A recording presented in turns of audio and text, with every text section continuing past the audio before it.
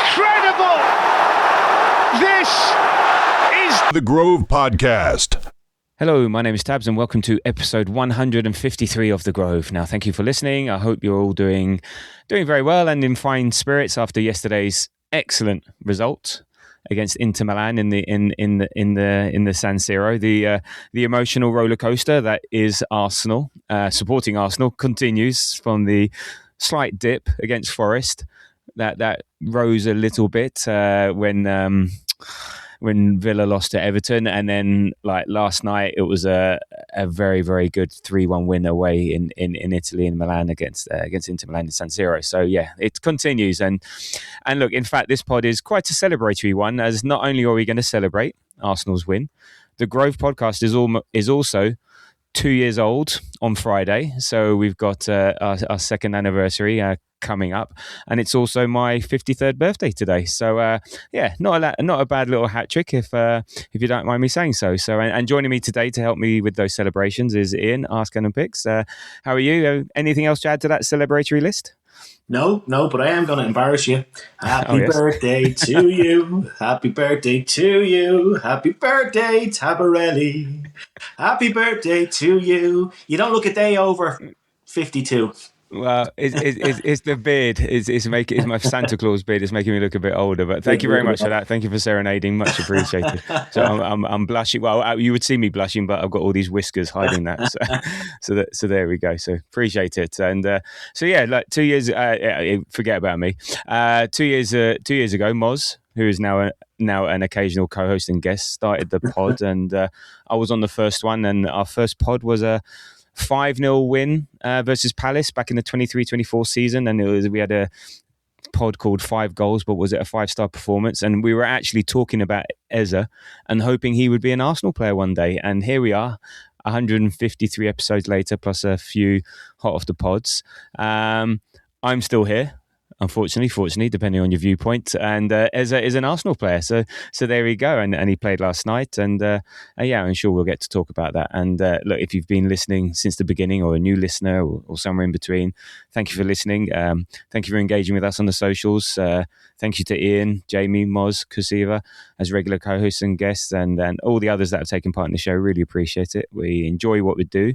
We enjoy doing this, and the numbers are growing. So thank you, and week on week. So keep subscribing at the Grove AFC on the pod apps, on our YouTube channel. Keep commenting, keep giving those 5-star reviews, and hopefully we can have an even bigger celebration come the end of the season. So there we go. Look, anyway, enough of that self-indulgence. Now let's get on with the pod. As I said, Inter 1, Arsenal 3, game week 7 of the Champions League. And look, Inter are top of Serie A. They beat us last year. They were finalists, and I'm sure we would have beaten them if we got there, but that's another story. European stalwarts, in an impressive stadium with a huge crowd, and we go away and take it all in our stride and win quite comfortably in the end. And that was the fourth in a run of 4 away games in 4 competitions in 9-10 days. So that's not easy with the travelling and being out of the familiar routine and the disruptions and unfamiliarity that it brings. So now how comfy they make it on these things, they get treated well. It's just not the same. So it makes it even more impressive. So let's launch into that. And look, I'll start, before we get into the highlights, lowlights, let's start with the lineup. And what were your thoughts when you saw that lineup? What did you want to see? Because it was we made 7 changes for the Forest game, but it was still quite strong. So yeah, what did you think? The likes of having Mosquera and MLS in defence, Merino as in midfield, and Jesus up front. Yeah, I was very happy that we had rested players, because there wasn't a lot of jeopardy in this in terms of where we were going to finish in the group stages. We were guaranteed first or second pretty much, and first and second is the same thing for the benefits that you get in the knockout stages and so on. So I was happy that we were rotating again. I was very surprised that Mosquera started, but not unhappy about it, of course. Like, he's after getting some rest now into Gabriel's legs, which is always welcome. So that was a surprise, because when you think of Havertz, now I know it's 2 completely different situations. Like, Havertz has been on the bench a few times. He's come back from injury. I know it's a much longer term injury, but he's barely got any minutes. And here's Mosquera coming back and like pretty much straight into the starting lineup. We spoke on the pod that wasn't the pod yes. last week. Mr. Tabs and I recorded a full hour long kind of instant reaction to the Forest game. Yeah, and it just never made it. It didn't record. It looked like it was recording, but it didn't. Yeah. But in that we said that we both agreed that we wouldn't be surprised if Lewis Skelly started, because he does tend to do well in the European games, and of course Inter Milan don't really play with wingers in that style like that, because that's where Lewis Skelly tends to struggle. But other than that, like, I was very happy to see Eze in, and I thought Jesus was going to start because Gyökeres had another rough few days. Now, thankfully, he had a good night last night. So, I was very, very happy with the starting lineup. What did you make of it? It was. My view was take the Man United game and work backwards from there, and I think it has a lot of elements of that. And look, Arteta, he's a serious man, and he takes his competition seriously. You know, you're playing on the world stage. You know, it's a massive game, so he doesn't want to get embarrassed or doesn't. I think he wants. There's a lot of stature in this and a lot of kudos in this. So I don't think he wanted to go in that, but also I think he did have it in mind, as you can see from the changes. So he went a mixture of big, strong. I thought maybe Saka might have stayed on the bench, but then again, he rested him for the Forest game and he only came on for like half an hour. So, then I think, okay, the fact that he was on the bench meant he was going to start today. Like, you were surprised with Mosquera, but it turned out he did a fantastic job. And maybe Zubimendi is the other one that maybe could we have rested him. There was nothing we could do about Timber, because I just don't think White is going to play 3 games in a row, so he was always going to start. I think the best one, and we were most pleased about, and he proved it with a fantastic performance from Mosquera. Like, he was out for 6 weeks, and he just comes back and plays the way he did. So you're right. Even if it was a low stakes bit of a free hit, I think Arteta wanted to prove something and prove something. He proved something he did. So in that, what was your highlight and low light from the game? The highlights, I always like to pick something left of centre, because there's loads of obviously footballing highlights, but I couldn't stop laughing at Declan Rice and Merino at full time laughing at each other and shaking each other's hands because they gotten booked, which means that they're going to miss the Kairat Almaty game, which is exactly what the plan was. But it was funny to me that they were just so open about it. Now, we can't prove that that's what they were laughing at, but I pretty much guarantee it was. So that was my highlight. That made me giggle last night. And my low light, it's very hard to pick a low light on a night like this. I suppose the low light was we had started so well and we'd scored early, and it looked as though we were going to kind of run away with the game, and we did in the end. But to let Inter Milan back in it so quick, not even the goal itself, like obviously it's a low light because you can see the goal, but just how quick that happened after we had gone ahead. So they were my highlights and lowlights. Indeed. And the suspension, I was looking this up, and look, they would have missed the game anyway, but the way the yellow cards work is that you get once you get 3, so when you accumulate 3, then you get the next one off, and I guess it's better to miss the Kairat game because then it's basically 3, 5, 7. So then you get the suspension kicks in every two cards there afterwards. So I guess better to be suspended for Kairat and then play off 2 yellow cards versus like, getting the first game of the round of 16 and then getting booked, and then you missed the second one of that. So I mean, I didn't realize what was going on. The odd one was I actually was going to put Rice as a low light because I didn't know what he was on. I thought, stupid yellow card, and did he accumulate? I didn't realize he wasn't on his 3rd yet. And he looked annoyed when he got it in the ground. So it made, good acting, and we missed. We missed that scene, that the way they came off. And the Merino's one I thought was very funny because he just looked knackered and just couldn't be bothered running back, so he just kicked the player. So there we go. At least with Merino's one, he managed to get an Inter player booked as well with his reaction to it. That was funny. Yeah, so I saw that. And look, I mean, for me, my highlight, I was fortunate enough to to get a ticket and be able to go to the game myself. I've been to the San Siro before, I think a couple of times already. I was there last year for the 1-0 loss, and they met up with a few other people from the Grove, Alan and Matt and Andy and a few others. So it's a bit of pizza, a few drinks, and then off to the San Siro, and that in itself was quite fun because we were drinking down by the canal area, and that's where there was a whole congregation of Arsenal supporters amongst a bunch of bars, and they said, there's free metro to the station. So we managed to get the free metro, which took us direct there to the San Siro, and we were escorted by the police or the Carabinieri, and with the locals were looking at us in bemusement, and we were on the metro singing, "We are the Arsenal, we've got our own train." And it's fantastic. And then they took us in a bit of a roundabout walk to the stadium, but it was all in good spirits. So that was a highlight. And look, the San Siro itself is an amazing stadium. It's just so impressive, as a structure inside and out, so iconic. But also, it's a bit of a dump. There's no facilities around it or in the stadium to speak of. And when you compare it to modern stadiums, it's great, it's iconic, it's unique. But I believe at the end of the season, they're gonna knock it down and build a new one. So maybe depending on how the knockout stages go, this final time to go and see it. So yeah, I was really appreciative and really enjoyed the fact that I got to do that in 24 hours in Milan. So yeah, that was very nice. And in terms of low light, as you said, there's very little to talk about. So there was a few scary moments in the first half, and we'll get to that later. Maybe again linked to being there, they keep you in the ground for 45 minutes to an hour after the final whistle. So much so that we actually saw some of the players coming for their cool downs and doing some shuttles to, as they do. And yeah, so they it was kicked off local time 9:00, and then not let out till nearly 12:00, and then you have to try and find a metro that's open and it's packed and all the rest of it. But yeah, third world first world problems, as they say.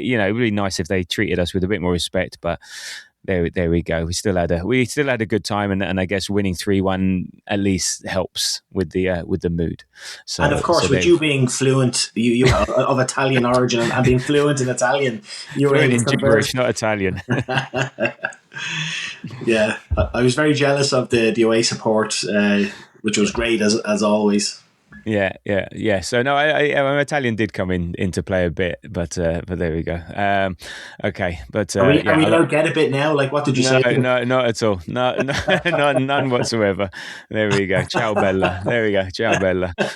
That's for even you. I know that. That's right. Anyway, in terms of statistics, a very even. It was a pretty even game. I mean, the first half pretty even, second half less so. But 51% possession to Inter, 49 to us, 1.3 xG to them, 2.14 to us, 18 shots to our 17, 4 shots on target to our 6, 1 big chance to our 3, and we both missed a big chance. So I think it was a fairly even game. We just took our chances and they didn't. And yeah, there's a story we're familiar with. And even to look at the momentum in the field tilt, all sort of very even. And again, considering we're away into a topper Serie A, and doing well. It seems to be a bit of a fortress, the San Siro. So yeah, again, to do what we did and to dominate like we did, it was a very, very special. So what was your feeling in terms of the game itself, the result, how we played, throughout the game? Yeah, I thought we were fantastic throughout. A few wobbly bits, obviously, as you said, in the middle, but I thought we were brilliant because when we kicked off, the ball was played back to David Raya, and he launched it into the right hand side, up our right hand wing, and this might be a silly thing to say, but the ball was in their half for a full 2 minutes, which doesn't sound like a lot, but when you think about it, usually the ball gets thumped up, it gets kicked back, and you're in and out of the half. But we had so much possession in that first 2 minutes, and then we were just fantastic until we got the goal. Jesus, we'll get into the moments, I suppose, shortly, but overall, I thought we played really well. I think. We were all saying we should rest players for this, and I was not guilty. Guilty is the wrong word, and I was saying the same thing. But I was thinking about it afterwards that these are the games, like Mikel Arteta wants the players to feel like they can go to these places and win, because we may have to go back there later on in the tournament, or we might have to go to Anfield, or we might have to go to PSG, whatever it might be. So even though the league, it didn't really matter in the league terms, but I think it was really important for the players and for Arteta to prove that they can go to these places and win. So I thought that was an interesting element of it as well. And yeah, very, very happy with a very professional performance, and no scary moments towards the end where we normally concede one with 10 minutes to go and we all have to sew our bums up. Yeah. Well, that made a pleasant change, but at no point watching that second half did I feel really under any particular threat or any chance. Yeah, they had a couple of moments, but no, that the second half, no, we did seem to have full control. And I think what did help, it was a low stress game. So even when they did equalise, it was like, that's annoying, but okay. And so I think so. And maybe, there wasn't that angst coming from the crowd. Not that they would have been able to hear us. There's 4,000 of us and 68,000, Inter fans, sort of thing. So they wouldn't be able to hear any of the angst anyway. So, but yeah, it just felt. Yeah, it was just. I think it was just one of those ones, and I really like that point about the psychology of it, the psychology of beating these teams, showing who's the best team, and you're right. If we do have to go there again, we'll have a bit more confidence about it. We know we can do it, and but I must admit, I did expect more from Inter. I mean, they needed to win this. I mean, they were on 12 points before the game started, and I think that's a bit of a false position because they won their first 4 games, which were quite easy, and then lost the following 2, which got tougher. And so, if they want to finish top 8, I'd expected a bit more intensity from them, a bit more but maybe they were also settling and maybe thinking of Serie A instead. So it was, I just expected more. I wasn't expecting it to be so comfortable and the way we controlled it and stuff. And I think you're right, that first half we started really sharp. Our press was good. We had within the first minute, we had an early shot by MLS that was blocked, and then Merino had a shot blocked. Saka then had one on 4 minutes. So we really sort of got into them. I think both teams were leaving space behind. So it was a good game for the neutral. There you go, neutrals. Yeah. Call us boring. But we were a bit sloppy. We did get transitioned on a couple of times, did get counted on. And particularly Turan was pretty dangerous and pretty fast, but in the end we defended well. And look, we did get the opening, and it was his time to shine. Jesus, our fox in the box. I was meant to look at the highlights. They're just too busy eating birthday cake. So we couldn't really work out what went on in the stadium, but it was sort of like we. Some nice interplay, then Timber has a shot, or Eze has a shot, Timber then has a shot, and Jesus just happens to guide the ball into the box. Tell me about it. Yeah, it was fantastic build-up play, actually. It was a really nice move, and Eze was at the centre of it. The ball was played into a few Arsenal players on the edge of the box. It made its way to Timber, who took a shot and absolutely completely scuffed it, and it just bounced perfectly to Jesus. But to be fair, Jesus still had to stretch and guide it in. It's hard to do that.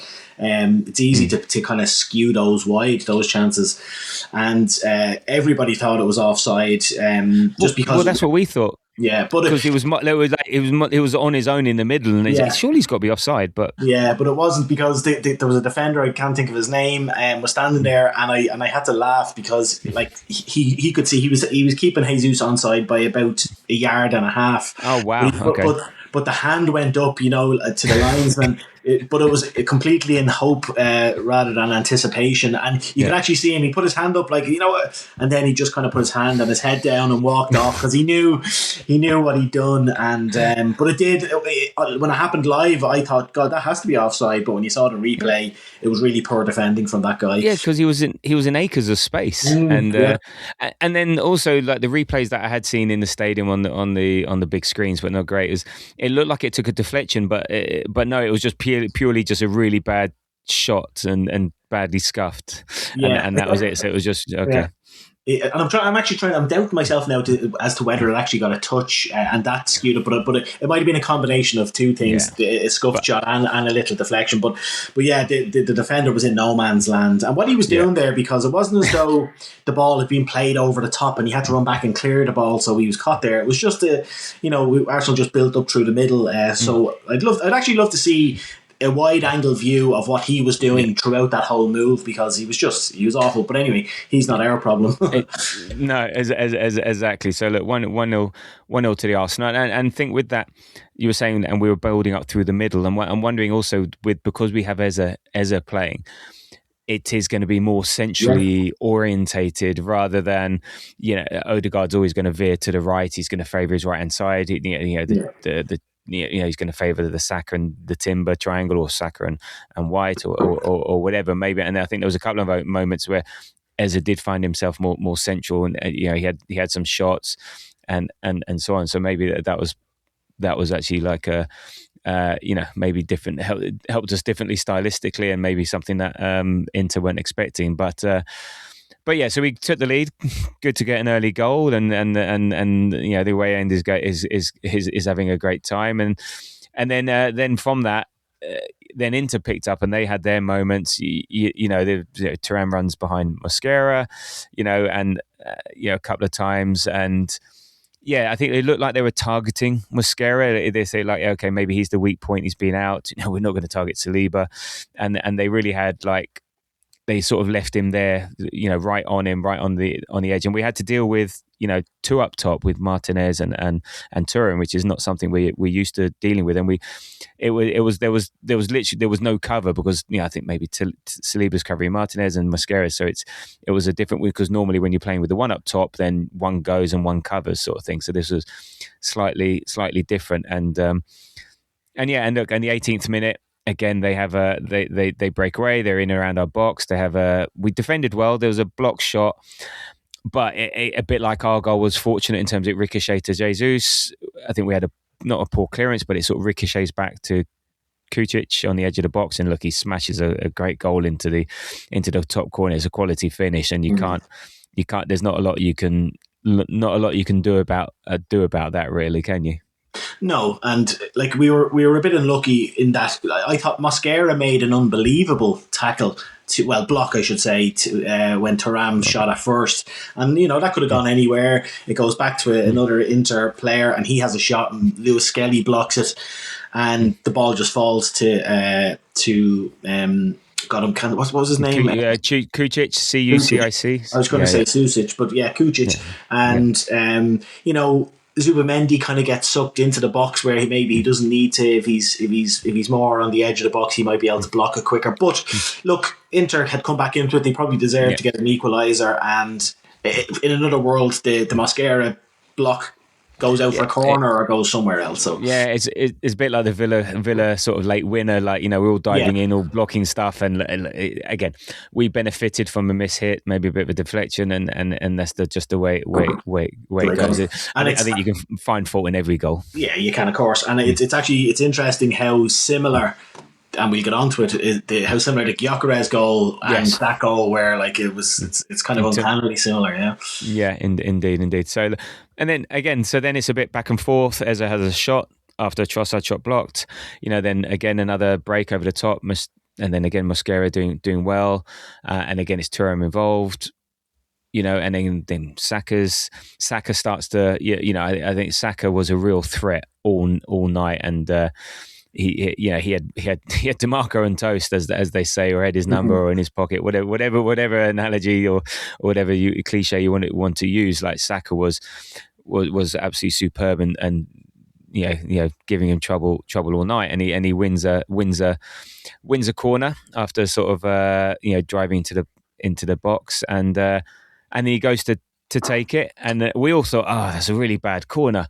Until the two smallest players on the pitch combine, the irony of the two smallest men on the pitch combining with headers to give us the lead, and actually, it goes everyone's heads.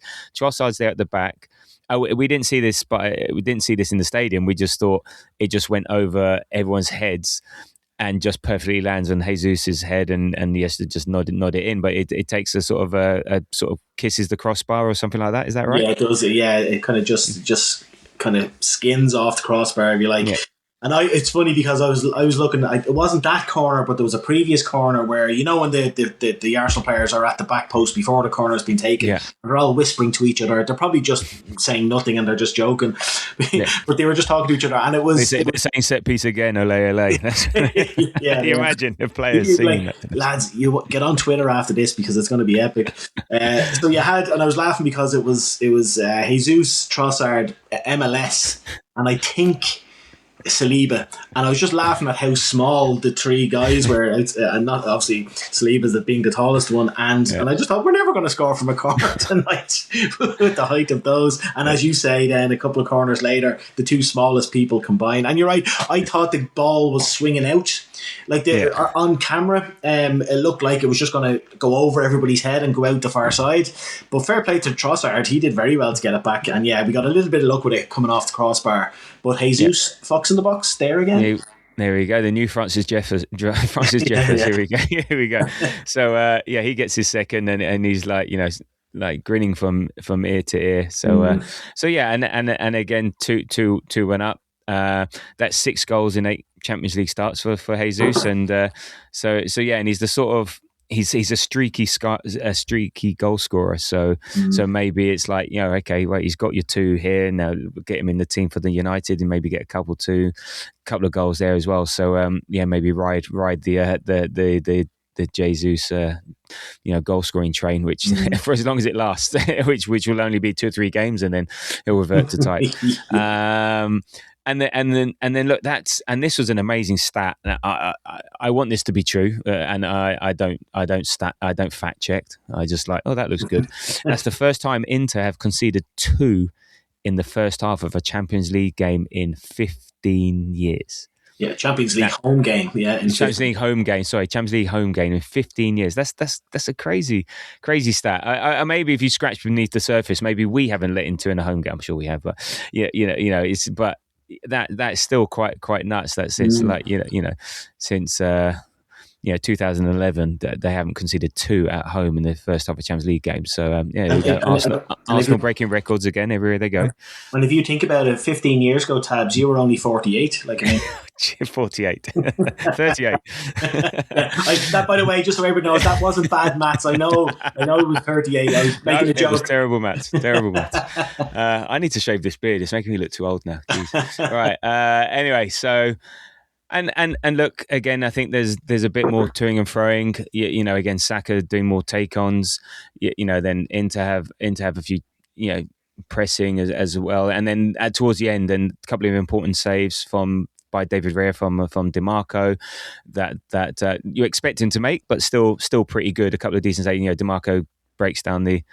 Was it left hand side, right hand side? I can't remember, but I remember the saves for sure, and they were good and needed and on target. So look, we go in 2-1 up, and you're just thinking, right, more of the same, but more control, less giving the ball away and exposing ourselves to the transitions and fast counters. Because if we stop that, we'll snuff out Inter's hopes, and we should come away with the win, and that's what we did. And it sort of played out. It was less chaotic, I'd suggest. And I think the first action was at Eza again down the middle. He had a shot with his left foot, and there was a couple of moments in the second half in terms of, why didn't you just do this? And he seemed to place it and side foot it rather than just hit it. Do a Gyökeres, which is, and I don't mean the second one by putting it into the stands. I mean just twat it.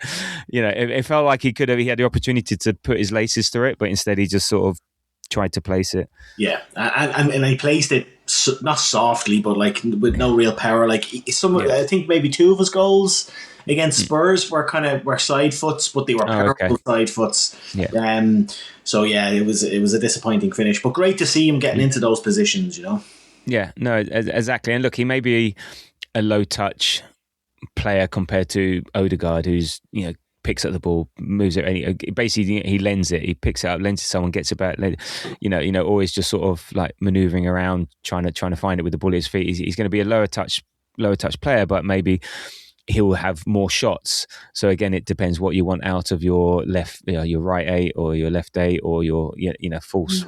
He sometimes plays in the 10 position. So it depends what you want. So I don't think in this team he's going to be the sort of person that will take a game by the scruff of the neck and drive a team forward. But he's potentially one that takes up dangerous positions and will be there to score a goal or two, an important goal or two. So yeah, and then Trossard had a really good volley at the far post. Again set up by Saka, causing them problems. And then this was the time I thought this is the one.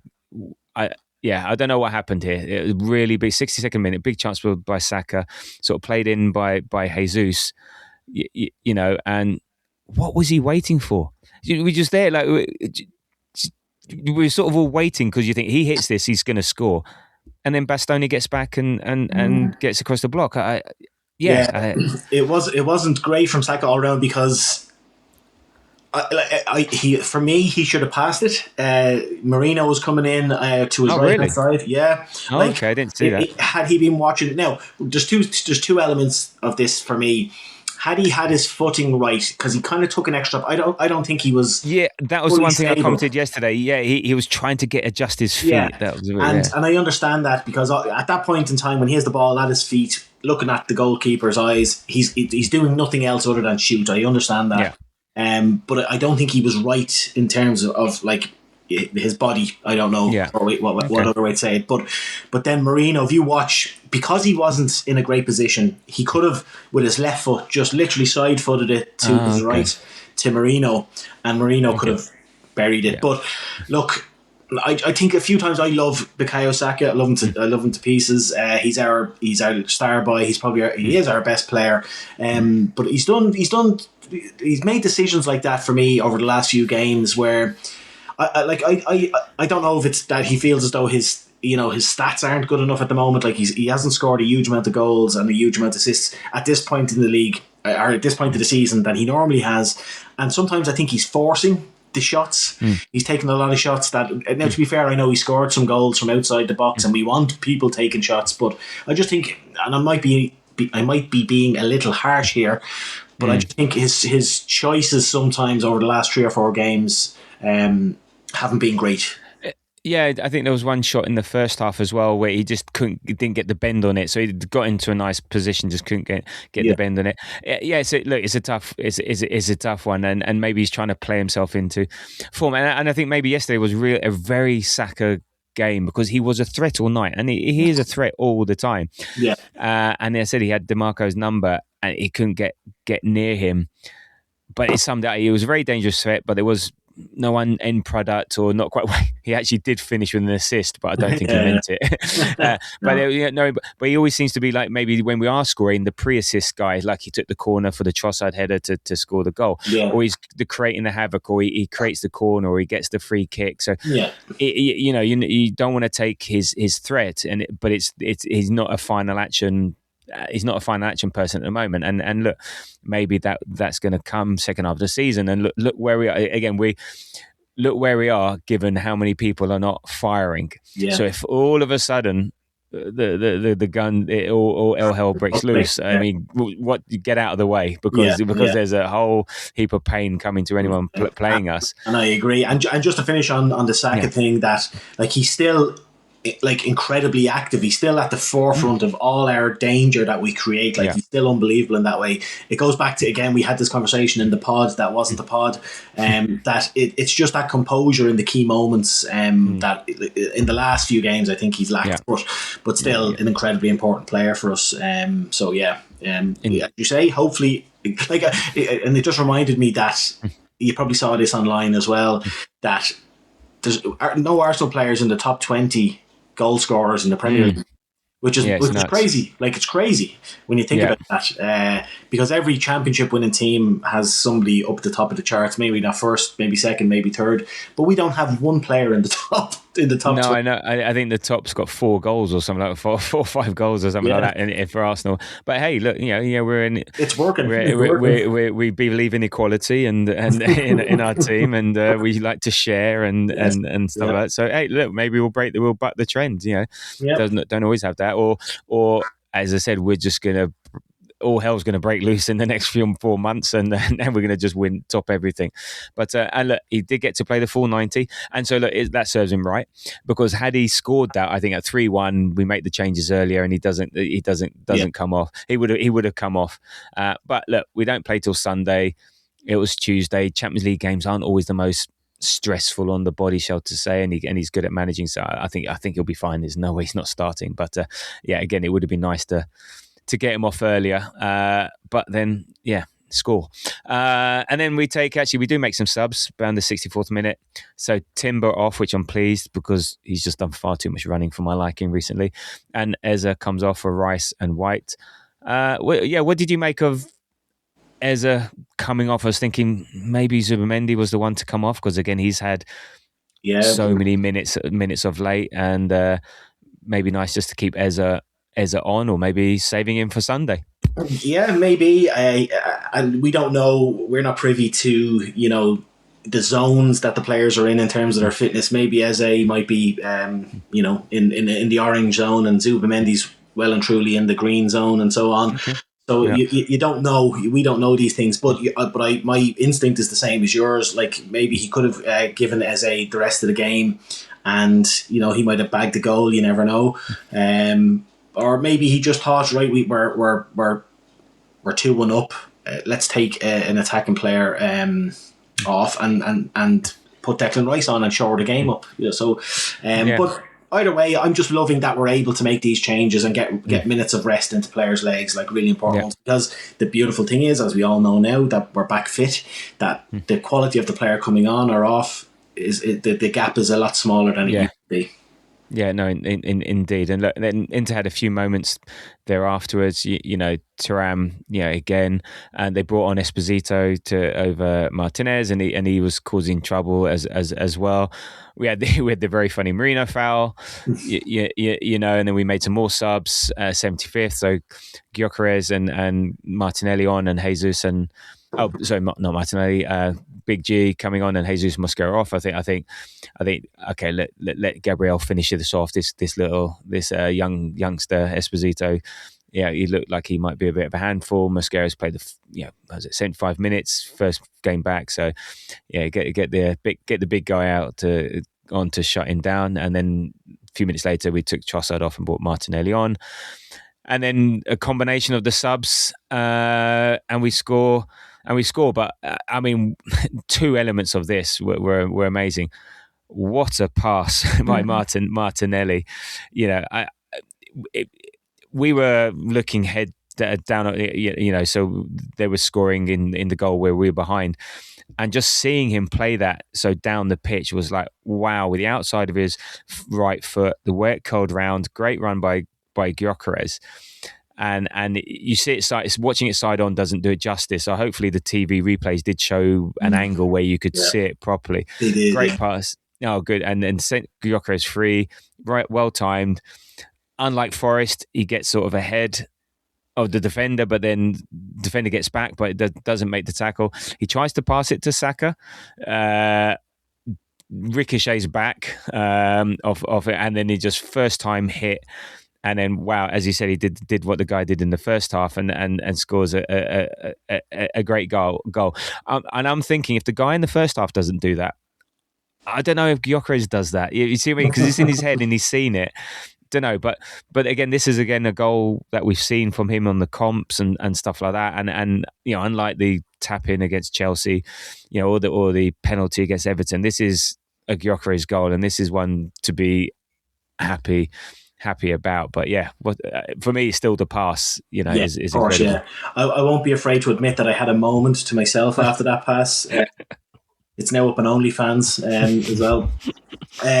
But because I was screaming at Martinelli. You probably saw it in the stadium when the ball flew over, because wasn't it their corner, and it flew over everyone, or a free kick, and it flew over everyone and just landed at Martinelli's foot perfectly. He took it down really nicely, and I just saw Gyökeres sprint. He was like Forrest Gump, like he just ran, and then all of a sudden I realised that those two defenders are the last defenders, and he's inside his own half, and I was screaming at Martinelli to hit the ball, but of course you're expecting Martinelli to hit it with his left foot, because that's just, he's on the left hand side of the pitch, just curl it into him, and then he goes with the outside of his right foot.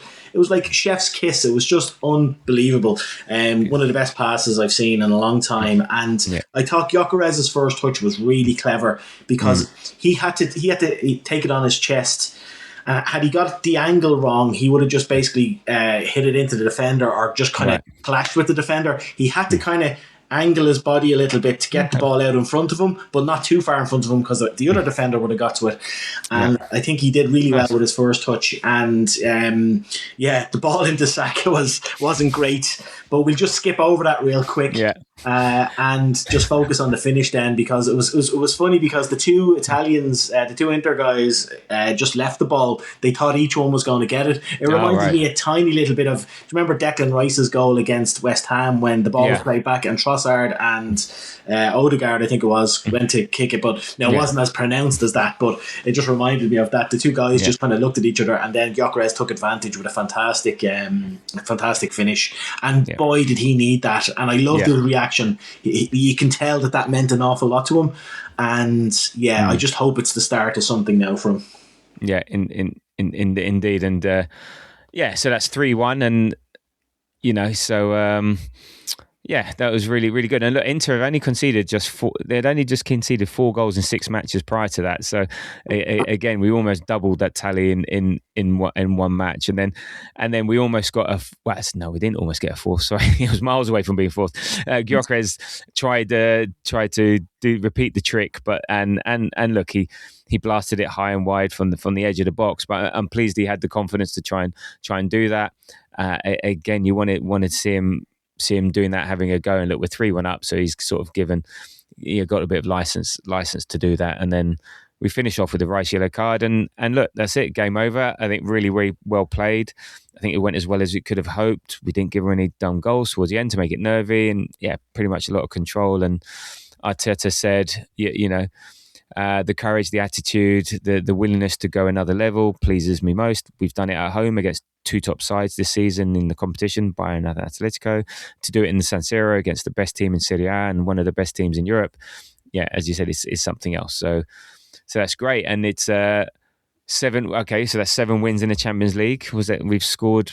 Is it 20 now? I'll look at it a bit later. Only letting 2 goals. Yes, I think 20 scored and 2 conceded. 2 conceded. Yeah. So 7 successive, and I think that's the first time in our history. Well, I say obviously, that's the first time in the history doing that. And I think only Manchester City, who've done 10 in a row in 24, have had better winning streaks out the English sides. And we're coming to beat that record, because you would assume we're going to beat Kairat Almaty. Or Carrot Almighty, as Kai calls them. And hopefully, if we get kind of a decent draw in the in the first knockout stage, if we win home and away there, that's 10. Yeah. And then we win the first one, there's 11. So let's see. Well, let's go all the way to Budapest, just winning every game. Why not? Well, why not? Yeah. Why not? And look, Arsenal are just the second ever team to win 7 consecutive European Cup Champions League games by 2+ goal margin. That's incredibly impressive. I didn't realise that. 7. If you think, 7 by 2+ goals. So who's boring now? And then Bayern Munich are the other team in 2019-20, but.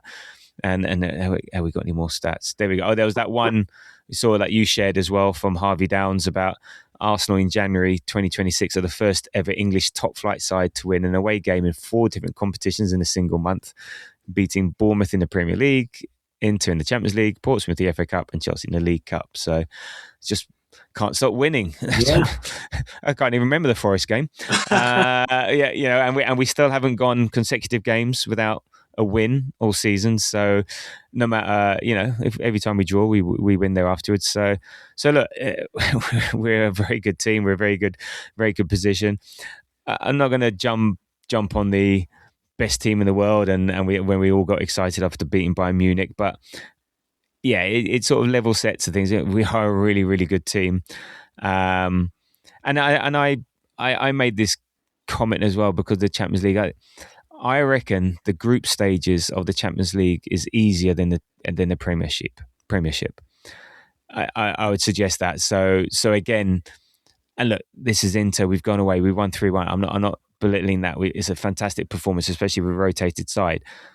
But I would say, week in, week out, the Premier League is just so much harder. So that's why you will get, sometimes you go to Forest and you draw 0-0, and you go to the San Siro and you win 3-1. And the way opposition come and approach us, the space, the pace, the referees, it's just a different game, and that's why you'll think, oh, we're struggling with this, and then all of a sudden we do that, and it's quite hard for people to rationalise those things in their head. And look, we'll come to the Man United game at the weekend, and I think beating Inter 3-1 away gives us confidence, and great. And Jesus 2 goals, and Gyökeres a goal, and it's good for minutes, blah blah blah.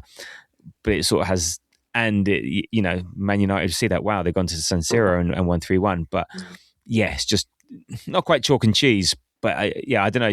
Would you say it's something similar? Because I said this yesterday, and people are like, "What? No, no. The Premier League is harder at this stage." Yeah, I fully agree, because in the group stages, you're playing teams like Kairat Almaty, and you're playing much lower level teams from kind of outside of the big 5 leagues, we'll say, in Europe.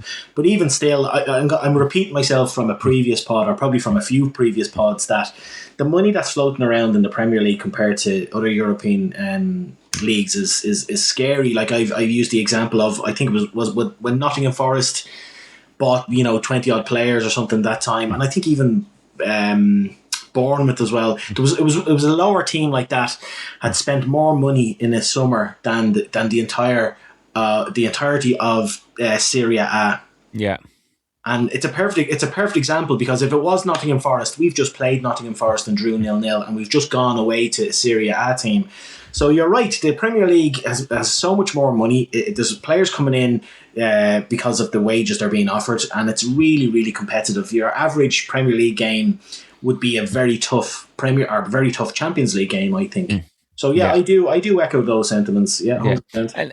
And I just think, just in terms of the way they played, and maybe the importance of like 1 point for Forest versus, okay, if Inter don't win that, they're still going to finish top 8 or 16, and they'll get, or top 24, they'll get. So again, there's also an element of the importance of said points and the way the competition goes. Now, look, as you get into the final stages of it, when you're playing the likes of PSG, the likes of Bayern, then that's a different kettle of fish. But yeah, of course. But yeah, it just shows the sort of dominance, and look, the way we've built our squad, and even like in the Italian press talking about Arsenal, and just they're eulogising how good we are. So and they can see it, and look, you can see, even if you look at the table, which we'll get to, like all the English clubs are doing pretty well, and we always get really good results during the sort of autumn time, because we're sort of battle hardened versus the clubs that play in easier leagues. And they only come strong as when towards winning season, because they can then rest their players because they've won the league easy, and then they focus all on the Champions League, and then that becomes their sort of bread and butter week in, week out sort of. Just like we're going to do this season, is that what you mean? Absolutely, we're going to be doing that. We'll have won the Farmers League, because everyone says, "Oh, this is the shittest league ever if Arsenal win it." Yeah, so we'll have won that Farmers League, and we'll go on and trounce everyone in the Champions League for sure. So look, but before we sort of move on a bit, any other players that stand out for you? Any other performances? We've covered a good few of them. You've listed a few here, and I agree with all of them. Like Mosquera was a big surprise to me, as I said, to even start, and from to play as well as he did. I know he came off for Gabriel. Like the guy he was up against, I'm brutal for remembering the other players' names, but the two of them were having a right ding dong the whole game, and it was fantastic. But I think he ran out of a bit of steam, Mosquera. So, yeah. But had a great game. I loved Jesus's goals, and I loved his. You probably wouldn't have seen this. One of the things he said, he was interviewed after the game, and he spoke glowingly about Gyökeres and how he was nice. happy that he got his goal. It wasn't all about Jesus. So that was just nice for him to kind of give the Gyök a hat tip. And MLS was another one I thought he was fantastic, considering he's had a bit of a bad time recently, having been left out. We're literally playing like two right backs because he hasn't been up to scratch. So I was delighted that he played so well, because we're going to need him. We're going to need him. No, absolutely. On the centre forwards, hopefully. Again, and maybe this is the way we do. We just rotate them in, rotate them out. They all support each other. So they themselves are like a mini team, and it's not about the individual. They all, it just how they do. And look, Jesus isn't going to play all the minutes, and Gyökeres isn't going to play all the minutes, and Havertz isn't going to play all the minutes. But if you just rotate them, and so they all come in fresh every time, the right player at the right time, I think that's going to really help them. And MLS, it was good to see him do well. He looked like he was growing confidence in the game. And look, Europe suits some players. Like, we know Nelly does well in Europe, and MLS has been our left back in Europe in most of the games. Again, maybe Jesus, the space, the pace of things, it maybe just suits them better, and that's fine. So if let's use them in the Champions League, and we save other players for the Premier League, and it's just the way things sometimes works out. So I think fantastic performances all round, a great result, and so that does, as you said, stays top. So 1-7, 20 to 20, scored 20, let in 2. We're 6 points above Real Madrid on the same number of games. And Bayern Munich, they've got a couple of easy games coming up. They play tonight against Union St. Gilloise at home, and then PSV Eindhoven away. So you assume they're going to end up on 21 points. So even if we will beat Kairat. Okay, I can't. There's something seriously wrong if you don't. So we can go so rotated for that game. Even if we draw with guaranteed top, and look, if some calamitous thing happens, Bayern still would have to make up a goal difference of 7. So look, I think we're fine. I think we are going to finish top. Something ridiculous happens, and important just to say as well, a non-Arsenal. Well, it's not a non-Arsenal thing. If results go a certain way tonight, if Liverpool, Newcastle, Chelsea, and Barcelona all win tonight, Man City will be 30. Well, they won't, because Atletico Madrid drew 1-1 earlier on. They were down, so they could finish. They could be as low as 12th tonight. Man City, and that'll put a lot of pressure on their last game, which isn't a gimme with the way they're playing. And who are they playing? They're playing Galatasaray at home. Oh, okay. Osimhen's gonna have an absolute field day that night. But even if it could be that Man City could win 3-0 that night and still not finish in the top 8, and that's a huge thing for Arsenal, because that gives Man City 2 games in February, 2 extra games. Yeah. And on 2 extra games on what is already a very stressed squad. So, I'm just praying that they finish outside the top 8. Let's hope so. Unfortunately, a small club from Middlesex are in 4th. Tottenham Hotspur. Isn't it crazy how they're 4th when considering how bad they are? Well, as I said, the Champions League is a piece of piss. With every point, it's so improving. It's so easy if they're 4th. Yeah, look, somehow, and they play Eintracht Frankfurt away next week. So it would have been nice if they got into the playoff phase, because I think some of those games are before we play them at their place in the league. So it would have been nice if they'd have had one of those games and we had the week off. But it's not it. So look, so we'll see. Look, we're in a very, very, very good position, and the way it's looking at the moment, we could play either Barcelona, Juventus, Galatasaray, or Marseille in the round of 16. But we'll worry about that another day, because teams can move around, change very, very, very quickly. It could be Ethan Nwaneri's Marseille. It could indeed. Okay, yeah. Before we get into the 3-word reviews, what do you make of that? So it looks like he's going to go to Marseille on loan. I think it's like a £4 million deal that reduces the more he plays. they're passionate, big club in France, passionate fans. Don't think there's going to be any hiding place for him. There was question about the morality of who he's joining, but since when has morals been a thing in football? De Zerbi's the manager, and I think he can play sort of interesting football, and I think he might fit in there. So I don't know, interesting move. I think it'll be valuable minutes and valuable for his development. Yeah, I'm very happy for him and for the whole thing to go ahead.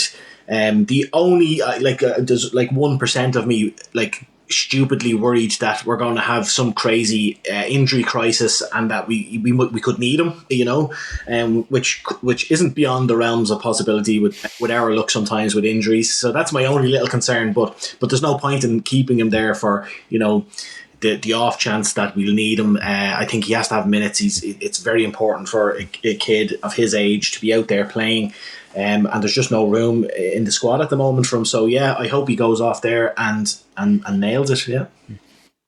Yeah, I mean, he's not even getting into match day squads, let alone being on the bench or being in the team. So look, I think he'll be an amazing player, especially if he wants to play centrally. There's one thing coming on as a 17, 18-year-old playing on the wings, and it's fine. But if he wants to play centrally and he's competing with the likes of Eze and Odegaard, he needs to go and prove that he can do it, and maybe that's a great opportunity. And look, we did it for Saliba. Now, look, when Aries had the Premier League exposure and stuff like that, but hopefully we get the same result. So I think it'll be, I think it's a positive mood for everyone, and this is just what we got to do. We want to keep these players, but we want to be able to develop them, and maybe that development happens elsewhere, and so on. So and I trust the people in charge, to know what they're doing and how to get the best. So there we go. So look, let's just finish off with the 3-word reviews. And again, thank you for sending those through on Blue Sky and X and Threads, TikTok, etc., and the Grove WhatsApp group chat. Apologies as always if I get the handle wrong and mangle it up, but I will do my best. And we'll start with TikTok, and I'm actually going to start with a stupid one, because this Liverpool fan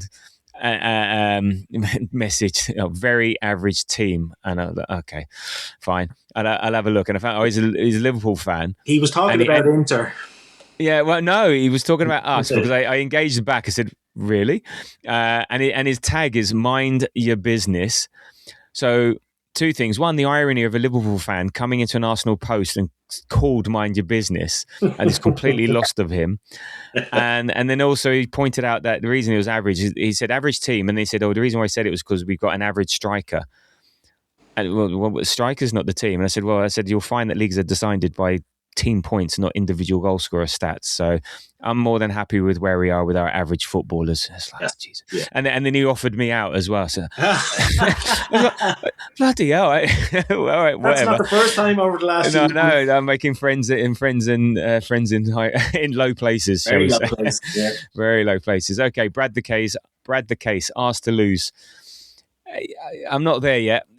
I'm not there yet. We've got a very good opportunity, but in cup competitions, which this is at the end of the day, even though it is called Champions League, any stupid shit can happen, unfortunately. But yeah, let's see. Stone 9238, good all round. It was indeed. Okay, on to Blue Sky. Mr. C the Gooner buzzing after that. I think we all were. And Sid Silk, sweat not broken. Yeah, it was quite a cool performance. Okay, on Threads, Nicky Gooner 06, top in Europe. We are indeed. Kieran O'Neill, nice and easy. Yep, definitely was. Nick AFC 14, that Martinelli pass. I think he almost had a moment like you did, Ian. The Johnny Man, world's best team. Yeah, go on, we are. And then a certain arse cannon picks. Strikers start firing. They did, and it's good to see. Jazzgrower 123, sick Vic pick. Very good. Chapper's Delight, ole, ole, ole. Yep, set piece again, ole, ole. And the haters are going to hate, and it's great. And Deschamps Gill, best served cold. So I'm assuming that's like the revenge after last year's loss. Okay, now the Grove WhatsApp group play fast and loose with the amount of words in a 3-word review. Henry, Gyok and ball torture. I'll let you have that one. Owen, dead rubber bounce. I quite like that one. That's very good. Matt Stacey, Kepa up top. Now, if you weren't there, you won't know what that means. So if you know, you know. Basically, the announcer got the names of the players' substitutes wrong. So when Gyökeres came on, he said, and coming on, Aris blah blah. I can't say his name. I can't even say bloody Kepa's surname. But anyway, he was just like reading out the wrong names, and yeah, he yeah. So so then Matt says, right, Kepa up top. Yeah, that was a really bad way of explaining that joke. Chi, quadruple is on. Yeah, still is. And Sasha, we rewrote history, and I think that's got something to do with the fact that we haven't won or even scored in Italy in our past 5 occasions or something like that. So we writing history. Oh, and then Alex Monroe, Kids versus Kairat. Yeah. Dalji, I didn't get this one, under the bed. Yeah, I had no idea what that meant. that's something, but that's the Martinelli pass again, I think. Oh, okay, maybe, yes. Yeah. Under the sheets then, maybe. Normie, we can press, ? Yeah, we can. Moz, strikers outshining strikers. And then Alan, strikers being strikers. And then Andy Leach, who was there yesterday, and again, I questioned him, and he was like, his 3-word review was Bukayo Saka, but he said his was a 3-syllable review. Bukayo. There you go. There's his 3-syllable review. Okay, thank you for those. Keep sending them in. Really appreciate it, and it sort of adds a bit of levity to the pod, and it's always interesting to hear what you think. Now, that was easy. Next. Oh, excuse me. Excuse me. Right. Sorry about that. Sunday, 4:30. Craig Pawson. Oh, my God. All right. Sunday, 4:30. Our frenemies from up north, the PGMOL territory. Man United come to the Emirates 4:30 on Sunday. Before then, City will have played Wolves at home on the Saturday. Now, Wolves have not lost in 5 games. So if they, can you imagine? Can you imagine if they make that 6 in a row? Well, and then the narrative of not taking advantage, it'll be the most non-taking advantage of taking advantage there's ever been. But whether lightning will strike twice or not, I don't know. But like going by what we just said, like Wolves are probably infinitely better than Bodo Glimt, who just or Man City a new one. So I'm not getting ahead of myself, and I think City will win. But you never know. Yeah, I don't know. No, it's not happening. But but we've said that before. So you're right. You never know. Bournemouth at home to Liverpool, the evening kickoff on a Saturday.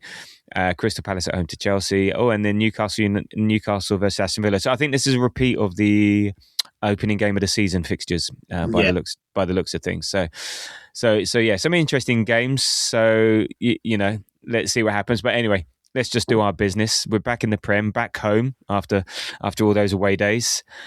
What are you looking forward to and not looking forward to as far as Arsenal versus Manchester United is concerned? I'm looking forward to being there. I'm flying over. Oh, good stuff. For the game. It's just a day trip. I'm not around for the celebrations, hopefully, afterwards. So I'm looking forward to that. I'm also looking forward to Man United hopefully being in a false sense of security after their game at the weekend, or their win at the weekend. So there's 2 things I'm looking forward to. What am I not looking forward to? Do you know what? Because I'm going over, I'm just so excited about it. I can't say that. I suppose not looking forward to the potential, the stress of playing Man United. Because again, no matter what form teams are in, when 2 big teams go up against each other, it's always going to be a tight game. So I'm not looking forward to the stress of it, I suppose. Yeah. It seems like Man United play 6 good games a season. Yeah, and that's against City, Liverpool, and Arsenal. Yeah, and they get themselves, and it's the rest of the teams that they rubbish against. Yes. So yeah, I'm not looking forward to the new manager bounce lasting longer than 1 game. They will have been rested, like I think, as you said on the non-pod, and people have said they're going to play the minimum amount of games this season, a grand total of 40. Whereas if we get to the final of every competition, where we could potentially be up for 65 games. So that's like that's over. And my math is better than yours. That's over half a Premier League season of games more that we could potentially play, which is nuts. And to put it further into context, I think we've only played 34 games out of Wow. those 60 odd. So like we're basically only halfway through the season, really. Like Wow. if that is to happen, so That's a lot nuts. of football to be played. Yeah, and look, they'll have more training time to get used to Carrick's tactics, his ideas. Not looking forward to them showing up. As I said, no matter how rubbish they are tough. Normally at Old Trafford, that's where we get the more challenging games than at the Emirates, but never straightforward. Like they beat us on pens in the cup. It's one of these times, how are we not beating this lot? And then maybe you're right. They come with that full sense of security, but we'll see. What I'm looking forward to is us beating them and beating them well. Show them for the poor team that they actually are. One swallow beating Simmer, one swallow beating City at home does not make a summer, does not make them a good team.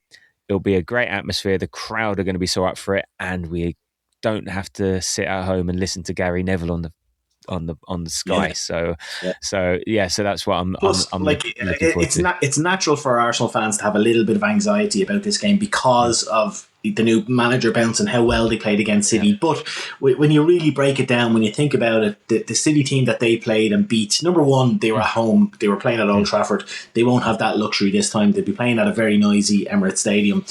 Number two, they're playing against one of the worst defences and one of the worst versions of Man City that we've seen in a long time. Granted, Man United played well. I'm not taking that away from them, but they're going from playing one of the worst defences to seen for a long time to playing playing the best defence in Europe. So these games cannot be compared, I don't think. Look, my big worry is putting one in the other end. So I even though I am anxious about the game because it's Man United v Arsenal or Arsenal v Man United, I'm not worried about them having that performance last weekend. That's not what scares me. Yeah, and let's hope we don't repeat what's happening with the Women's League Cup semi-final where Arsenal are losing to Man United at home. So they're either anyway, less said about the better. So in terms of lineup, I think this might be a very short discussion. He's just going to go strong. Okay, assuming everyone's fit, healthy. Maybe there's two discussion points. Maybe, but it's going to be Raya, White, Saliba, Gabriel, Timber. I can't imagine anyone else starting other than that. Calafiori's not making a miraculous recovery. I think White is the right back, and Hincapie is nowhere to be seen either. So I think we put that out there. Rice, Subamendi, Odegaard, and then Saka, and then for me, do we continue with Jesus? And do we continue with Leo, or does maybe Eza get a chance at the left? I don't know. What are you thinking, or are you just thinking straightforward Saka, Jesus, Leo? Yeah, I think it will be. I wouldn't be overly disappointed if Eze started on the left, but I think Jesus has to start. His confidence is bubbling, and as you said earlier on, he's a streaky striker, so you just stick him straight back in there. He plays naked all the time. Yeah, of course. Yeah. Oh no, I have to have another moment now. Hang on. But yeah, I think Jesus will start. I think it's going to be Leo and Eze to make an impact off the bench. Because Odegaard's going to have his hands. Yeah, Odegaard's going to have his hands full this game. So, you might see Eze come on for Odegaard. But look, is this the beauty of it that we have these options? Yeah, we'll see. Yeah, and maybe Gyökeres again comes off the bench and has an impact. And that's maybe the roles that they play. The thing is now with Man United, we're not sure what to expect. So they go from a 3-5-2 or 5-3-2 or just bag of shit. Excuse my analysis. To now, I think against City they played 4-4-2. So Shaw, Martinez, Maguire, Dalot. I watched a bit of Martinez closely recently, and look, he is a half decent player on the ball, off the ball, but the likes of Shaw, the likes of Dalot, the likes of Maguire, we should be able to get the better of them. And then they got Mainu and Casemiro in front of them again. Not the most mobile of players. It's just maybe up front is where they cause the danger. Dorgu, he's got a bit of pace, a bit of chaos about him. Fernandes, he can be a really good player. Dead ball specialist. He can create, he can score. Ahmad, he went to the African Cup of Nations, and I think he had a really good tournament. Scoring a few goals, man of the match performances. If he's young, he can be a threat. And then Bremo, again, he can score, and he's got got pace, but there isn't, I say, other than Fernandes in terms of what he can do, and even then depends if he goes missing, and not sure what to expect from Dorgu. We should have enough, even looking at that. And as you said, they played well against City, but I said the new manager, players trying to prove themselves, etc., etc. So it's a tough one, and they're a confusing team because I still don't understand how they are fifth. Because we've seen them all season, and they've got some good players, and they've had some decent results, but also they've sacked yet another manager. They've been really, really poor, and how I still don't understand it. I mean, they're fifth, but they're 15 points behind us. They've scored 38, let in 32. I mean, it's just that confuses me. That does so. So yeah, I bumped into a little very quick side story. I bumped into a friend of mine, a Man United fan. I haven't seen him in a good while. I was down in my local shops, and he had the temerity to tell me that only for the last 3 draws that they had, that they'd be contending against us for the title. And I was like, I was like, have you watched yourselves this season? Would you stop? Like, they still believe that. That's why I hope and I pray that we just give them a good hiding, because this. They kind of have ideas above their station because of the place that they are in the league. And look, you get there on merit in some ways, but as you said, sometimes you're scratching your head saying, how are they getting these points? Because they're playing terribly. Well, yeah, I'm just looking at the results. Okay, they granted they beat Man City, but drawing away to Burnley 2-2, drawing away to Leeds 1-1. They drew at home against Wolves 1-1. They lost away to Villa 2-1. They drew at home with Bournemouth 4-4. Drew at home to West Ham 1-1. They lost at home to Everton 1-0. They drew away to Tottenham 2-2, drew away to Forest 2-2. Okay, but then in Spurs, then they beat Liverpool. They lost away to Brentford 3-1. This is what I mean, and then maybe this is just the way it is from Liverpool down, where Liverpool on 36 points, United on 35, Chelsea on 34, Brentford 33, Newcastle 33, Sunderland 33, Everton 30. They're all winning and losing the odd game here and there. They all, I mean, say Man United have lost 9, Chelsea have lost 9, Brentford 10, Newcastle 9, 8, and even then the draws, apart from Brentford, who've got 3 draws, they've got 8, 7, 6, 9s. Yeah, so it's there. But yeah, you look at that. They'll beat Newcastle at home. They'll beat Man City at home, but then draw against Wolves, Leeds, and Burnley. So they've got 4 wins in their last 13 games, and if they let's say lost 2 games in a row, if we beat them on Sunday, and I don't know who they have the following week, they could easily be 10th, like with the tide it is there. So it's an odd team to read. As I said, I'm not going to completely dismiss them because they have some dangerous players and they can do something and football student. And I think they got a full squad. I think Mazraoui is back from international duty. De Ligt is, I think, the only doubt. Other than that, they got a full squad. And look at the Emirates. We've got a good record against them. And then look, we haven't lost at the Emirates since 2017. Against them, we've won all the games since, and even then, since September 22, we've won 5 and drawn 1. We won 2-0 at home last season. Okay, we won 1-0 earlier this season. Bit lucky that one, but we still won it. They did have the FA Cup win, but that's fine. So yeah, we are the better team. Let's just go and show it. We're at home. What do you predict? What do you expect? Ooh, I hadn't thought about that. I'm going to go with 3-1 to Arsenal. Obviously. Okay. Yeah, that sounds a very familiar score. Yeah. 3-1 to Arsenal. Okay, I was going to do something similar. I will do 3-0. Go on, I'm going to be bullish and we're not going to let in a goal. I very nearly went 3-0 myself, but 3-1, yeah. 3-0. Again, we should...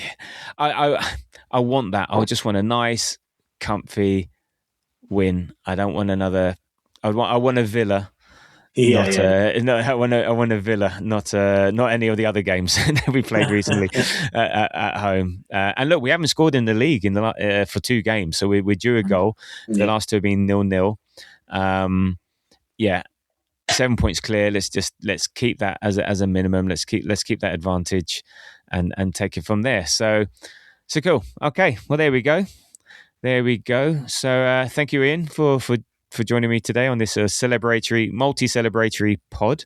I appreciate it. You're very welcome. Tabs. It was a good chat. Hopefully this one actually records. Yes, no, this one is. This one is recording. And a happy birthday to you again. Appreciate it. Thank you very much. And a happy birthday to the Grove podcast as well. Just 51 years younger. So look, hopefully I'll get to see you on Sunday. I might try and catch you. And look,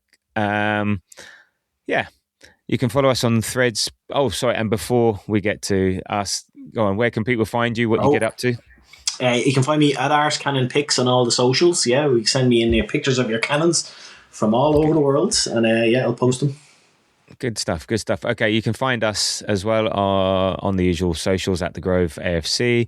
Our next show will be after Man United, pre the almighty Carrot on in the Champions League on the following Wednesday. And look, if you're a member and you've never been to the Emirates, this is the time. This is the one. And you can bring all your extended family as well. Yeah, unfortunately, I think it's a Cat B, which is they missed a trick there, but I can understand why it happens, just the way it happens. But yeah, if you've never been and you want to go, this is the one. That there will be tickets are plenty. And look, next show will be after Man United pre-Kairat, and as always, please leave a nice little review on the podcast apps and follow us on those apps and on our YouTube channel. Come find us on the socials. Love to engage. Appreciate the support and the listenership. And so there we go. Thank you for listening. Happy birthday. And until the next time, come on you Gunners.